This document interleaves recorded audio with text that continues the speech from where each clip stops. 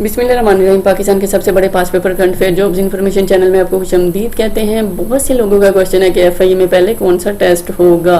इस वीडियो में हम डिस्कस करेंगे कि पहले कौन सा टेस्ट होगा।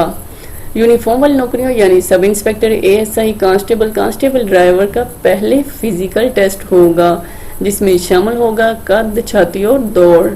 और उसके बाद ऑनलाइन टेस्ट होगा, यानी जिनका फिजिकल टेस्ट क्लियर हो जाएगा उसके बाद उनका ऑनलाइन टेस्ट होगा। और साइकोलॉजिकल टेस्ट हो भी सकता है और नहीं भी, ये श्योर नहीं है। और उसके बाद इंटरव्यू लिया जाएगा।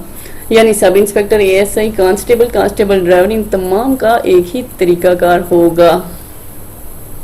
सिविल नौकरियों यानी असिस्टेंट, यूडीसी, स्टेनो, एलडीसी, इन तमाम का पहले रिटन टेस्ट होगा।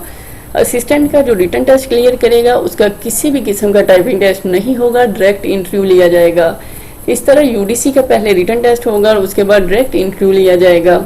यानी ये दोनों जॉब्स ऐसी हैं जिसमें किसी भी किस्म का टाइपिंग टेस्ट नहीं होगा।